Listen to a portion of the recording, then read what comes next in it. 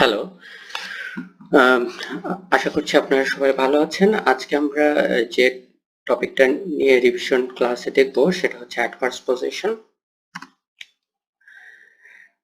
Let's see what is adverse position. Adverse position বলা হচ্ছে যে paper owner can result in rights over the land for the squatter. এখানে যে original ওনার ল্যান্ডে থাকবে না, রাদার কোনো এক স্ট্রেঞ্জার সেই ল্যান্ডটা অকুপাই করবে for certain period of time, তখন আমরা এটাকে অ্যাডভার্স পজিশন বলছি। Next, what are the requirements for being adverse possession? Adverse position হতে গেলে দুইটা রিকোয়ারমেন্ট স্যাটিসফাই করে আসতে হবে। একটা হচ্ছে factual position and intention to possess. Factual পজিশনটা কি? ফ্যাকচুয়াল পজিশনটা পাওয়েল অ্যান্ড ম্যাকফার্লিন এই কেসটাতে বলেছে যে it means an appropriate degree of physical control. এর মানে আপনাকে ফিজিক্যালি ওই ল্যান্ডটা পজেস করতে হবে, আদারওয়াইজ এখানে ফ্যাকচুয়াল পজিশন হবে না। At it shall be sufficiently exclusive. ফলে অ্যান্ড গ্যাফার্ড এই কেসটাতে বলেছে। তাহলে আমরা বুঝতে পারি যে ফ্যাকচুয়াল পজিশন মানে হচ্ছে যে আপনার এখানে ফিজিক্যাল কন্ট্রোল থাকতে হবে, অ্যাজ ওয়েল অ্যাজ আপনার এক্সক্লুসিভ পজিশন থাকতে হবে।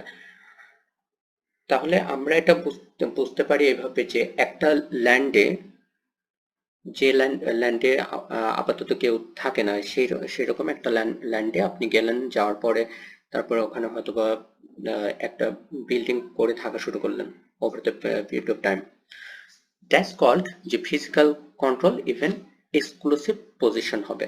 কিন্তু এমন যদি হয় যে একটা ফাঁকা ল্যান্ড আছে, আপনি ওখানে গিয়ে জাস্ট একটা গার্ডেনিং করলেন কিংবা একটা লেন বানিয়ে দিলেন, সেই রকম যদি সার্কামস্টেন্স হয় তাহলে সেখানে কিন্তু ফ্যাকচুয়াল পজিশন বলছে না, বিকজ ওইখানে বিষয়টা যেটা হচ্ছে যে সাফিসিয়েন্টলি এক্সক্লুসিভ হচ্ছে না, কিংবা আপনি ওখানে ওই ল্যান্ডটা অকুপাই করছেন না, সবসময় অকুপাই করছেন না। হয়তোবা আপনি একটা ওই ল্যান্ডের উপরে একটা গার্ডেন করলেন, ওই গার্ডেনে আপনি কিন্তু তখনই আসছেন যখন আপনার ওই গার্ডেনে আসার দরকার পড়ছে, কিন্তু এর আগে কিন্তু আপনি আসছেন না। সো এখানে ফিজিক্যাল আপনার কন্ট্রোলটা সেভাবে নাই। সেই জন্য বলা হচ্ছে যে ফ্যাকচুয়াল পজিশনটা অবশ্যই ফিজিক্যাল কন্ট্রোলে থাকতে হবে এবং এক্সক্লুসিভ থাকতে হবে। যেখানে আমরা নর্মালি বুঝি যে একটা বিল্ডিং যদি আমি ক্রিয়েট করি তাহলে হয়তো বা দ্যাটস পসিবল ফ্যাকচুয়াল পজিশন। আচ্ছা, ইন্টেনশন। একটা ল্যান্ড যখন পজেস করবে একজন স্কোয়াটার, তখন তার অবশ্যই নিজের জানতে হবে যে এই ল্যান্ডটা আমার না, এই ল্যান্ডটা অন্য কারো ল্যান্ড, বাট আমি এখানে অকুপাই করব। ইভেন আমার ইন্টেনশন আছে যে আমি এটা অকুপাই করতে চাই, অ্যাডভার্সলি পজেস করতে চাই, তাহলে সেটাকে কোর্ট ইন্টেনশন হিসেবে ধরবে, যেটা এক্সপার্টে ডেভিসে বলা হয়েছে। এখন আনরেজিস্টার্ড ল্যান্ড যদি হয় তাহলে অ্যাডভার্স পজিশনের ইফেক্টটা কিভাবে পড়ে? এখানে কিছু লিমিটেশন পিরিয়ড আছে, যেরকম লিমিটেশন অ্যাক্ট 1980-তে সেকশন 15-এ বলা হচ্ছে যে no action shall be brought by any person to recover any land after the expiration of 12 years from the date on which the right of action accrued to him. Section 15-এ বলছে যে land recovery করার জন্য যদি 12 years over হয়ে যায় তাহলে সেই অ্যাকশনটা কোনো কাজে দেয় না।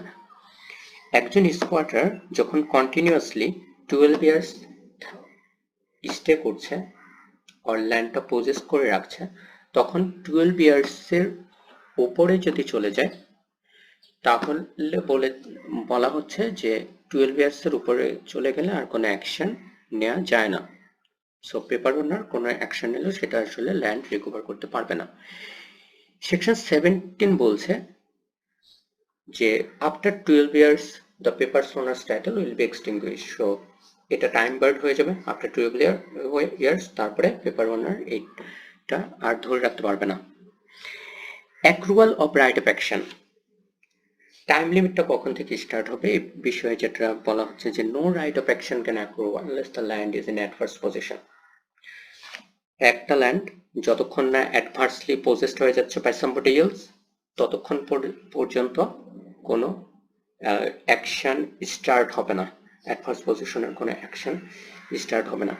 Time run against a person in present occupation of land from the moment adverse position is taken by another. টাইমটা কখন থেকে রান হবে? যখন অ্যাডভার্সলি পজেসড করছে somebody else, যখন আরেকজন পজেসড করবে ল্যান্ডটা, তখন এটা টাইমটা স্টার্ট হবে, রান করা স্টার্ট হবে।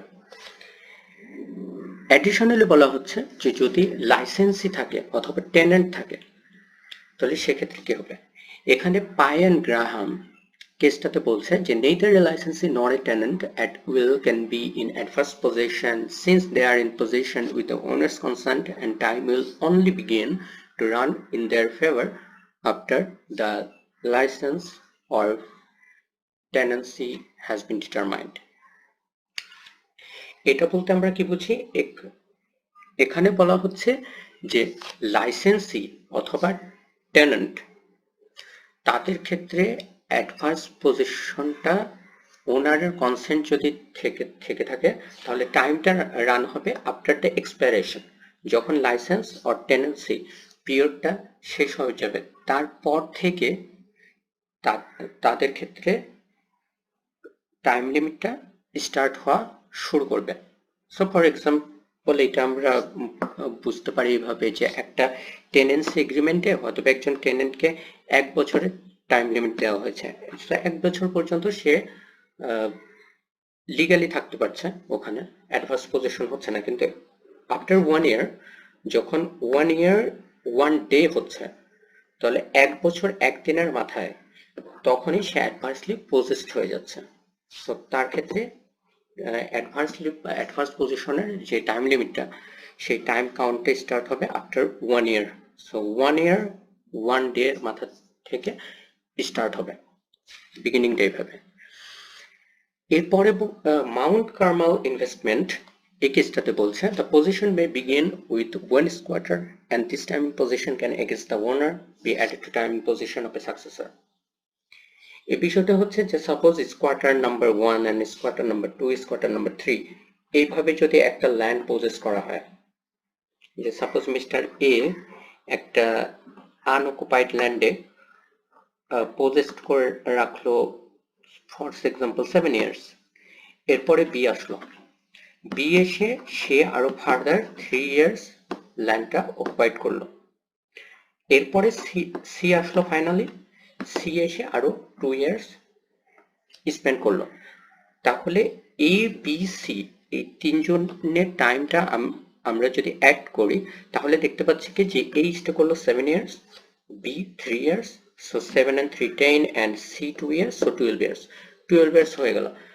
এই 12 ইয়ার্সটা যদি কন্টিনিউ হয়, তাহলেও বলা হচ্ছে যে পেপার ওনারের টাইম বার্থ হয়ে যাবে, শেয়ার ল্যান্ডটা পাবে না।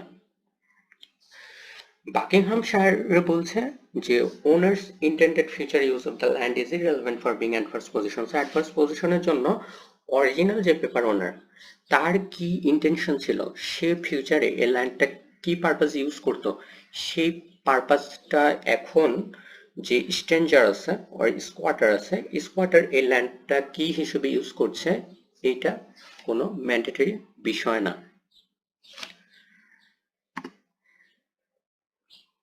এরপর হচ্ছে লিজহোল্ড ল্যান্ড যদি হয়, তাহলে সেক্ষেত্রে কি হবে? লিজহোল্ডের ক্ষেত্রে স্মার্ক কেসটাতে বলছে যে if a stranger enters into adverse possession of land which is held on a lease, time will begin to run against the tenant from the moment, but it does not begin to run against the reversioner or landlord until the lease has expired. Note also that where a tenant encroaches on adjoining land, there is a presumption that they have done so for the benefit of their landlord. এর মানেটা কি, যে স্ট্রেঞ্জারের ক্ষেত্রে adverse position of land যেটা হচ্ছে, এটা যদি লিসে হয়, তাহলে টাইম উইল স্টার্ট তখনই it is the tenant from that moment. So টেনেন্টের ক্ষেত্রে টাইমটা তখন থেকে স্টার্ট হবে যখন সে ল্যান্ড অকুপাইড করছে, কিন্তু এটা ল্যান্ডলর্ডের ক্ষেত্রে হবে না যতক্ষণ না লিজ এক্সপায়ার্ড হয়ে যাচ্ছে। এখন টাইম গ্যাপের ইফেক্টটা কিভাবে হয়, এটা ফেয়ার ওয়েদারে ক্লিয়ার করেছে, যেখানে আমরা দেখতে পাই যে বলা হচ্ছে if the land is leasehold, adverse possessors are not liable on the covenants under the lease. Moreover, where they bar a tenant for years, they are not in the same position as an assignee of the lease and cannot be sued after the expiration of the lease for breaches of covenant committed while they were in possession of the land. The freeholder may effect the adverse possessor once the lease is determined.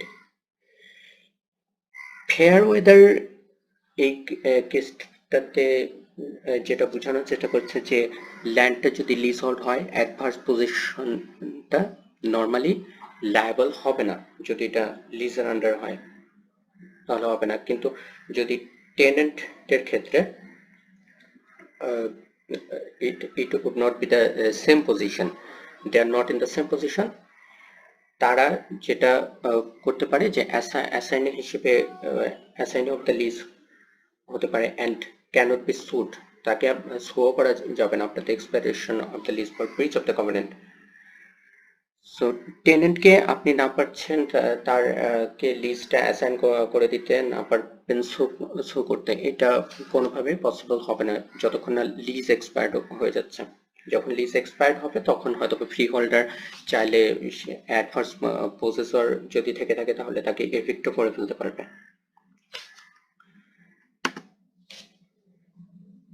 এখন আমরা দেখি যে registered land before 13th October 2003 বিষয়টা কি ছিল, যেখানে বলা হচ্ছে 1925 Act Land Registration Act বলছে যে registered title was held on trust for the squatter. Section 75 অনুযায়ী স্কোয়াটার এখানে রেজিস্টার্ড টাইটেলটা পাবে অন ট্রাস্ট। Section 75 again বলে দিচ্ছে যে এই স্কোয়াটার could apply for registration of the title after the 12 years period. So 12 years period যখন হয়ে যাচ্ছে তখন স্কোয়াটার যেটা করতে পারে সেই রেজিস্ট্রেশনের জন্য অ্যাপ্লাই করতে পারে and become the registered proprietor. Markfield Investment and Events এখানে বলে দিচ্ছে it was held that bringing an action for possession will not by itself stop time limit, the action must be carried through to completion before it has any such effect. মার্কফিল্ডে বলা হচ্ছে যে time লিমিটটা এমন না যে আপনি একটা action নিয়ে আসলেন, অ্যাকশন নিয়ে আসলেই এটা এই টাইম লিমিট স্টপ হয়ে যাবে, রাদার এটার কন্টিনিউশন পিরিয়ড থেকে কমপ্লিট করতে হবে বিষয়টা। সো আপনার action must be completed on time, যতক্ষণ আপনার রেজাল্ট আসছে ততক্ষণ পর্যন্ত সে ওখানে স্টে করতে পারবে।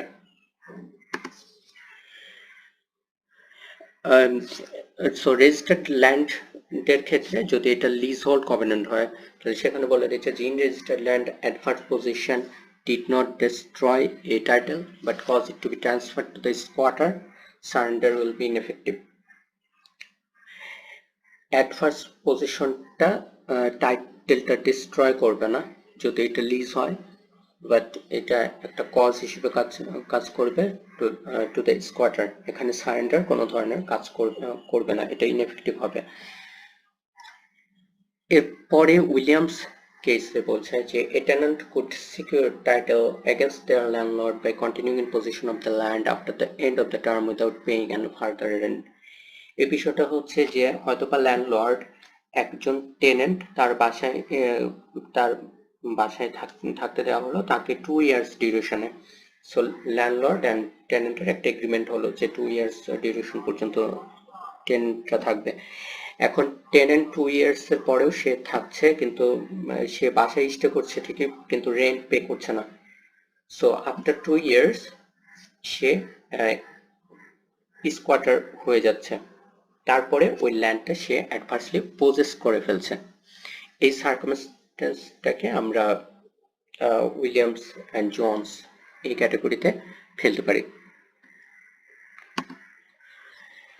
অ্যাডভান্স পজিশনের সাথে হিউম্যান রাইটস এর রিলেশনটা কি? হিউম্যান রাইটস এর সাথে অ্যাডভান্স পজিশনের যে রিলেশনটা আছে সেটা পাই অ্যান্ড গ্রাহাম এই কেসটাতে আমরা বেসিক্যালি দেখি যেরকম 2001-এ পাই অ্যান্ড গ্রাহাম কেসটাতে বলছে যে an interference with the paper owner's right of access to a court under Article 6 of the ECHR but considered the interference justifiable in view of the time limits invoked. So at first যেটা বলা হচ্ছিল যে paper ওনারের রাইটটা এটা article 6 দিয়ে interference justifiable হচ্ছে। পরবর্তীতে এই কেসটা যখন 2008-এ আবার আপিল করা হলো বাই ইউনাইটেড কিংডম, তখন কোর্ট আবার বলল, দ্য গ্র্যান্ড চেম্বার বলল যে কোনো ধরনের ভায়োলেশন হচ্ছে না, হিউম্যান রাইটসের কোনো ভায়োলেশন নাই। অফেলো বুসার 2008-এর কেস যেখানে কনফার্ম করা হচ্ছে যে অ্যাডভান্স পজিশনটা কখনো হিউম্যান রাইটস ভায়োলেট করে না। সো নর্মালি আমরা এটাই বলবো যে অ্যাডভান্স পজিশনের মাধ্যমে হিউম্যান রাইটস ভায়োলেশন হয় না, বিকজ এটা পাই অ্যান্ড গ্রাহামেও বলা হচ্ছে, পাই অ্যান্ড ইউনাইটেড কিংডম অ্যান্ড অফেলো বাসার সব কেসটাই একই কথা বলছে যে এখানে অ্যাডভান্স পজিশন করলে হিউম্যান রাইটস ব্রিচ হচ্ছে না। এখন রেজিস্টার্ড ল্যান্ড এলআরএ 2002 অ্যাক্ট অনুযায়ী কি হবে? এলআরএ 2002 অ্যাক্ট যেটা এখন House of Lords or UK Supreme Court follow করবে যদি কোনো ল্যান্ড রেজিস্ট্রেশন এটা আফটার 2002-তে চলে আসে। তাহলে এলআরএ 2002-তে বলছে যে makes it much more difficult for an adverse position claim to succeed in registered land. The main changes adverse position before registration can be sought is reduced to 10 years. So আমরা আগে যেটা দেখছিলাম যে আগে কিন্তু 2 years continuous period ছিল, কিন্তু এখন অ্যাকর্ডিং টু নিউ অ্যাক্ট 2002 এখানে বলা হচ্ছে যে 10 years কন্টিনিউশন থাকতে হবে বিফোর রেজিস্ট্রেশন। বিষয়টা অনেকটা এরকম যে 10 ইয়ার্স যখন হচ্ছে, 10 ইয়ার্স হওয়ার পরে আপনাকে এটা স্কোয়াডার যেটা করবে সে রেজিস্ট্রেশনের জন্য অ্যাপ্লাই করবে। যখন রেজিস্ট্রেশনের জন্য অ্যাপ্লাই করবে তখন রেজিস্ট্রার থেকে একটা নোটিশ পাঠানো হবে টু দ্য পেপার ওনার। তখন পেপার ওনার 2 ইয়ার্স ফার্দার টাইম পাবে তার ল্যান্ডটা রিকভারি করার। যদি 2 ইয়ার্সের মধ্যে সে টাইমটা রিকভারি না করে থাকে তাহলে আফটার 2 ইয়ার্স সে রিঅ্যাপ্লাই করবে রেজিস্ট্রেশনের জন্য। যখন স্কোয়াটার রেজিস্ট্রেশনের জন্য অ্যাপ্লাই করবে তখন সে ওনার হয়ে যাবে। এখন সেকশন 96-এ সেকশন 96 সাবসেকশন 2 এখানে বলা হচ্ছে যে where a mortgage charge is a registered estate there is no period of limitation in relation to redemption. This is a major change in the law. So mortgage land যদি হয়ে থাকে, mortgage registered land, সেক্ষেত্রে কোনো limitation period basically apply হবে না in relation to redemption. আরো কিছু যেগুলো চেঞ্জ এসেছে 2002 অ্যাক্টে, যে adverse possession of trust land can not succeed unless the interest of is beneficiary is in possession are as follows. এটা কি যে adverse possession can not be taken over from an earlier squatter except for one is the successor of the other having bought or inherited the land period of. So adverse position এ যে স্কোয়াটার থাকবে সেই স্কোয়াটারের প্লেসটা নিতে পারে তারই successor, অন্য কেউ নিতে পারবে না। এখানে থার্ড পার্টি কোনো ইনভলভমেন্ট আসতে পারবে না, রাদার এটা সাকসেসররা আসতে থাকবে, আর্লিয়ার যে স্কোয়াটার থাকবে তার সাকসেসর। এখন ইমপ্লাইড গ্র্যান্টটা কি? Implied grant by will and Burrows principle or quasi-easement principle. এখানে বলা হচ্ছে the three cases where adverse position is likely to succeed, that is estoppel under paragraph 5 subsection 2 schedule 6 LR 2002, independent entitlement to estate para 5 subsection 3 schedule 6 LR 2002 and boundary disputes. এই তিনটা circumstance হলে কি হবে? এই তিনটা সার্কামস্ট্যান্স হলে যে স্কোয়াটার সে legally তার যে ওনারশিপটা সেই ওনারশিপটা ক্লেম করতে পারবে। বিষয়টা অনেকটা এরকম যে একজন স্কোয়াটার যখন 10 ইয়ার্স হচ্ছে, 10 ইয়ার্স সে কন্টিনিউ ওই রেজিস্টার্ড ল্যান্ডের উপরে অকুপাইড করছে, তখন 10 ইয়ার্স পরে সে যেটা করবে, সে রেজিস্ট্রেশনের জন্য অ্যাপ্লাই করবে। অ্যাপ্লাই করার পরে তাকে যে পেপার ওনার, তাকে নোটিশ পাঠানো হবে। নোটিশ পাঠানোর পর 2 ইয়ার্স তো টাইম পাচ্ছেই ল্যান্ড রিকভারি করার জন্য পেপার ওনার যখন 2 ইয়ার্সের মধ্যে কোনো স্টেপ নিচ্ছে না, তখন ফার্দার যেটা করতে হয় যে তাকে একটা কন্ডিশনের ভিতরে এই যে কোনো তিনটার যে কোনো একটা কন্ডিশন দেখাতে হবে। যদি সে দেখাতে পারে তাহলে ফার্দার তার স্কোয়াটারের জন্য ওই ল্যান্ডটা রেজিস্ট্রেশন করে দিতে বাধ্য থাকবে রেজিস্ট্রার। এটা নিয়ে আমরা ফার্দার আরো ডিসকাস করব ইন ডিটেলস। অ্যাডভার্স পজিশনটা এখন কিভাবে অপারেট করে according to 2002 act? Section 96 subsection 3 তে বলছে যে position for whatever length of time will not automatically extinguish A title. So পজিশনটা সেটা যে টাইম লেংথেরই হোক, সেটা অটোমেটিক্যালি এক্সটিংগুইশ হবে না উইথ দ্য অরিজিনাল পেপার ওনার। প্যারা 1 subsection 1 to subsection 3 schedule 6a বলছে যে person who has been in adverse position for 10 years can apply to be registered as proprietor. He will normally be in possession at the time of his application. So যেটা আমি একটু আগে বলছিলাম যে 10 years continuation of the period, তারপর সে apply করতে পারবে for being registered, সেটা প্যারা 1 subsection 1 to subsection 3 schedule 6a confirm করেছে। প্যারা 3 সাবসেকশন 2 schedule 6 আবার বলছে যে on receipt the registrar will notify the registered proprietor who is likely to object within the 3 months period for this. যেটা হচ্ছে যে রেজিস্ট্রেশনের জন্য তো অ্যাপ্লাই করলো 10 ইয়ার্স পরে স্কোয়াটার, তারপরে অরিজিনাল যে পেপার ওনার তার কাছে একটা নোটিশ পাঠানো হলো, সেই নোটিশটা পাওয়ার দিন থেকে 3 মান্থস টাইম পাবে স্কোয়াটারকে ওইখান থেকে সরানোর জন্য, রিপ্লেস করার জন্য। প্যারা 2 শিডিউল 6 এখানে আবার বলে দিচ্ছে the proprietor of any registered charge or any superior title and any person who has registered a right to receive notice will also be notified and able to object. তার মানে কি যে এখানে শুধু যে পেপার ওনার পাচ্ছে তা না, পেপার ওনারের সাথে যারা রেলেভেন্ট, যারা ওখানে রেজিস্টার্ড হিসেবে আছে, যেরকম হতে পারে কোনারশিপ একটা ল্যান্ড, কোনার্স ল্যান্ড, জয়েন্ট টেনেন্টাল ল্যান্ড থাকতে পারে, ওখানে একটা ল্যান্ডে হতে পারে যে 3-4 জন ওনার, তাহলে 3-4 জন ওনার সবার কাছেই এই নোটিশটা যেতে হবে। That's called any person who has registered A right to receive notice, হলে তাদেরকে অবশ্যই নোটিফাই করতে হবে। এখন আমরা আসি যে আনরেজিস্টার্ড ল্যান্ডের ক্ষেত্রে কি হচ্ছে। আনরেজিস্টার্ড ল্যান্ডে যেটা বলছে যে once 12 years adverse position is established, the paper owner's title is extinguished. So 12 years হয়ে যাবে, তারপরে অটোমেটিক্যালি স্কোয়াটার ওই ল্যান্ডের ওনারশিপ পেয়ে যাবে। এরপরে সেকশন 62 সাবসেকশন 4 and 5 বলছে the adverse possessor can apply to be registered. Possessory title will be given and then absolute title can be applied for once the possessory title has been registered for 12 years. যখন adverse ওনারের টাইটেলটা সে পেয়ে যাচ্ছে, তখন বলা হচ্ছে যে absolute possessory title will be given and then absolute টাইটেলটা apply হতে পারে যখন possessory টাইটেলটা রেজিস্টার্ড হয়ে যাচ্ছে for further 12